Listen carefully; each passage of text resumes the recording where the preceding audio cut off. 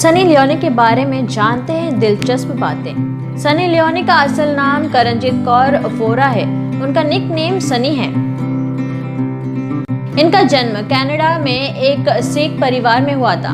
पापा तिब्बत के और माँ हिमाचल प्रदेश के रहने वाली हैं। सनी लियोनी दुनिया के सबसे फेमस सलमान खान के रियलिटी शो बिग बॉस से आई थी।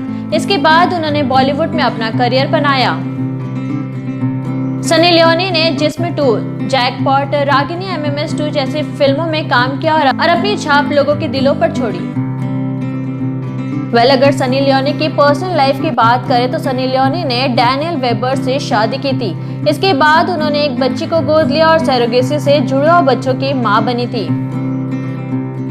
सनी लियोनी की बायोपिक फिल्म भी रिलीज की गई थी। इसमें उनके बचपन से लेकर पॉर्न स्टार बनने और उस दुनिया से निकलने की पूरी कहानी बयां की गई थी।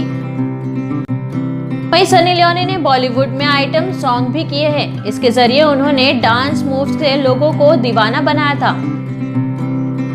सनी लियोनी के पॉर्न स्टार होने की वजह से लोगों की काफी नफरत झेलनी पड़ी थी।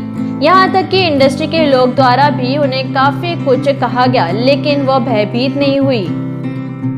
बॉलीवुड इंडस्ट्री में सनी लियोनी को सबसे पहले महेश भट्ट ने फिल्म का ऑफर दिया था।